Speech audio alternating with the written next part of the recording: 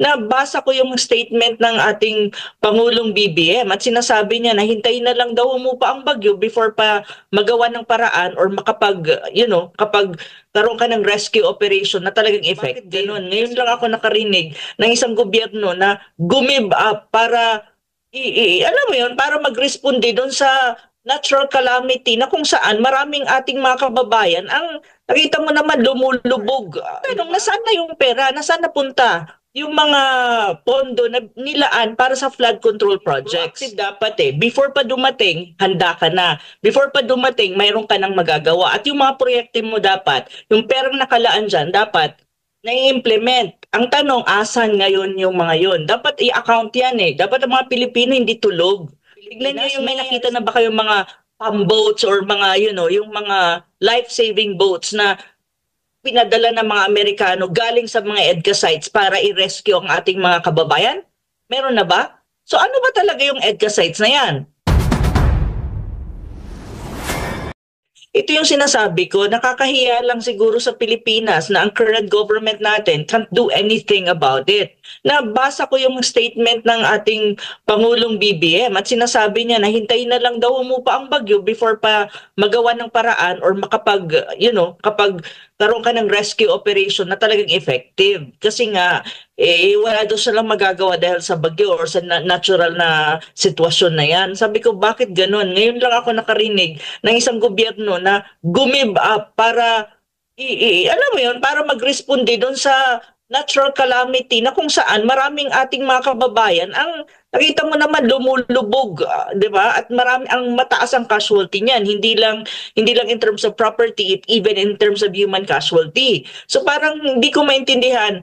Ang tanong kasi diyan, ang laki ng pondo na binibigay sa flood control. Ilang pondo yan, ilang bilyones yan. Mula 2023, even 2022 until now. Ang tanong, bakit nagkakaganito ang Pilipinas when in fact, a lot of money has been extended to that? Even Bicol region, ang Bicol region lubog, ang Region 8 lubog, especially yung Samar part. Tanong, nasaan na yung pera? Nasaan napunta yung mga pondo na nilaan para sa flood control projects?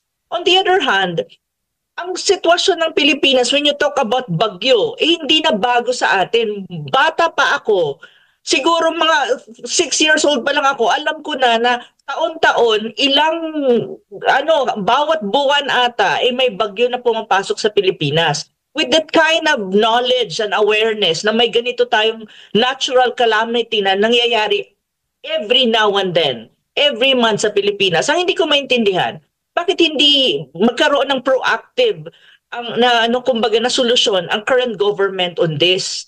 Ang tanong ko, saan napupunta yung pera na nilalaan supposedly sa, disaster relief operation and even flood control? Kasi hindi lang yan usapin ng flood control Usapin din yan ang tinatawag mong response doon sa natural calamity. Like for example, asa na yung mga boats, yung mga speed boats na pwede mong gamitin, yung mga rubber boats na pwedeng gamitin dyan pag nag-rescue ka. Tapos, asan yung mga tao na dapat nakahanda na? Kasi dapat may preparation before pa dumating ang bagyo. Kasi mayroon naman yung may balita ka naman dapat dyan na darating ang bagyo, ito yung intensity niya, ito yung kanyang gravity. So before that, you have already preparation. After that, you're ready. And then post bagyo na mga gagawin mo for rehabilitation. Pero it seems that the government is so helpless na i-address itong bagyo na to. And this is not just the first time. This is how many times already. Yan ang sinasabi mo, tama ka nga MJ. Ang fact checker right now ng current government ni Pangulong BBM is ang Mother Nature mismo para ilabas kung ano ba talaga ang nangyayari sa Pilipinas, kung saan ba napupunta ang limpak-limpak na bilyones para dyan sa mga proyekto na dapat na-implement at dapat hindi nagkakaganyan ang Pilipinas. Nakakahiya tayo. Kasi hindi lang naman tayo ang nagkakaroon ng bagyo Other countries, China would face the same thing. Other countries would have the same bagyo at the same typhoon. Malalakas din. Pero look how they respond and look what their government is doing. Ang bilis ng recovery, ang bilis ng responde sa atin. Oh my God, yung ating Pangulo mismo nagsabi na hintayin na lang natin humupa before pa tayo makagawa ng paraan. That's really that's really frustrating and disappointing coming from a president. Pero I'm sorry, Mr. President. I mean, I'm a Filipino. Concerned ako sa aking, lalo na sa aking probinsya. I think devastated ang Samar, both the western, I think eastern and even northern Samar. That's my province eh. So yun na para bang, Diyos ko Lord, hanggang ganito na lang ba tayo? Hintayin na lang ba nating humupa ang bagyo before tayo makagawa ng paraan? So yun eh, nakaka-disappoint at saka nakakainit ng ulo. Kasi inaano ko yung mga reports na nangyayari at the moment eh. Malaking question yan na dapat tanungin ng mga Pilipino kung bakit until now, ilang bagyo na ang nagdaan under current administration this year, laging ganito ang nangyayari sa atin. At saka one more thing, when it comes to these things, there are already modern technology na dapat magbe-benchmark tayo sa paano ginagawa ang disaster relief and response ng ibang country. May benchmarking ba tayong ginagawa? Di ba kasi may pondo ka naman dyan, magbe-benchmark ka para makita mo kung paano mo susolusyonan ang mga ganitong problema. Kasi this is not new eh. This is already supposedly, na natin yan eh, experience natin yan. So kung experience mo, at least napapaghandaan mo, di ba? Kasi may mga naman tayo, may mga, dapat nagbe-benchmark ka, dapat alam mo kung ano ang mga gagawin mo before and after the bagyo or before pa yung dumating. Pero it seems na hindi ganun eh. Ang laki ng casualty ng Pilipinas with this Christina, hindi lang ito, katatapos lang nung una. Ngayon, andito na naman.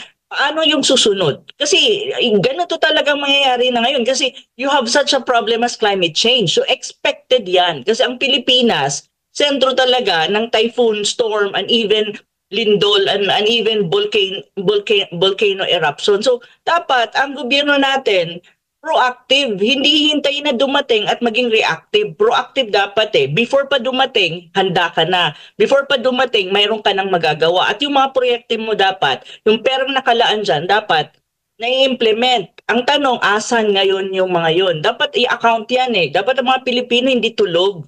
Tignan nyo yung nangyayari sa Pilipinas. Natural disaster pa lang, walay na tayo. How much more sa iba pang issue? How much more gera? Nakakainis eh. How much more gera? Hindi nga natin malabanan yung typhoon eh. Makikipaggera pa tayo, Diyos ko Lord. Tsaka Prof, nagpapatanong si Arlene ng Germany. Nanonood po siya sa ating palatuntunan. Akala ba raw ho natin na itong additional EDCA sites will boost relief operations in times of disasters? Ito na yung panahon para patunayan daw, Prof. Yun na nga, EDCA sites, ilan yan? 9. At ang mga kano, ang sabi nila, one of the reasons why we have the EDCA sites is to help and also to mitigate climate change and relief operation during disaster. Ang tanong ko, so asan na ngayon ang mobilization ng EDCA sites? May mga Amerikano ba kayong nakita na lumulubog dyan sa Pilipinas, sa mga area na kung saan devastated ng bagyo na Christine para mag-rescue sa mga Pilipinas? May nakita na ba kayong mga boats or mga, yung mga life-saving boats na pinadala ng mga Amerikano galing sa mga EDCA sites para i-rescue ang ating mga kababayan? Meron na ba? So ano ba talaga yung EDCA sites na yan? Kasi lang naman, smoke screen lang naman kasi yung sinasabi ng disaster relief. Actually, it's not. It's really about American interest and using the Philippines as a pawn for whatever kind of plan they have in the future. War against China. Ganon yun eh, ginagamit tayo. Ang mga Pilipino naman hanggang ngayon, di pa rin nagigising sa katotohanan na hindi kayo at hindi tayo makakasandal kay Uncle Sam. Kailangan nating tumayo sa sarili nating paa para tayo maging mas effective na country, effective government to serve the Filipino people. At hindi dapat mag-rely sa mga Amerikano para sa ating mga pangangailangan. Ngayon, asan yung mga EDCA sites na yan? Ano yung gamit nila? Disaster yan. Ilang disaster na ba ang nagdaan? Ilang bagyo na ba ang nagdaan? Wala kang makitang direct help coming from the United States when it comes to disaster rescue and relief operation. Meron ba? Meron ba? Kasi wala akong makita eh. Wala nga, hindi nga dapat nga sila ang unang nagre-responde kasi sila daw ang ating big brother eh. Pero asan sila? At this time, kailangan ng Pilipinas ng tulong. I mean, physical and practical help, asan sila? Wala. Pero when it comes to using our country as a pawn in their due strategic interest in the Asia-Pacific region, presentable naman ang Pilipinas under BBM. So parang nakakainis na, parang ano tayo, parang ito yung sinasabi ko, hindi naman tayo mga bobo. Bakit pa tayo pero ginagawa tayong bobo ng mga kano, which is yun ang nakakairita sa lahat. Kasi parang nilulook down nila ang intelligence ng Pinoy. Sana naman ang ating mga kababayan ay magising na. Ilang bagyo ba ang kailangan natin maranasan para maintindihan natin na ang EDCA is not necessarily for disaster relief. It's actually for the due political interest ng Amerika against China using the Philippines as a pawn. Yun yung totoo doon. Hindi pala epekto yung ironclad commitment, Prof. Wa effect sa bagyo. Password lang yung ironclad na yan, MJ. Ironclad. Asan yung clad dyan?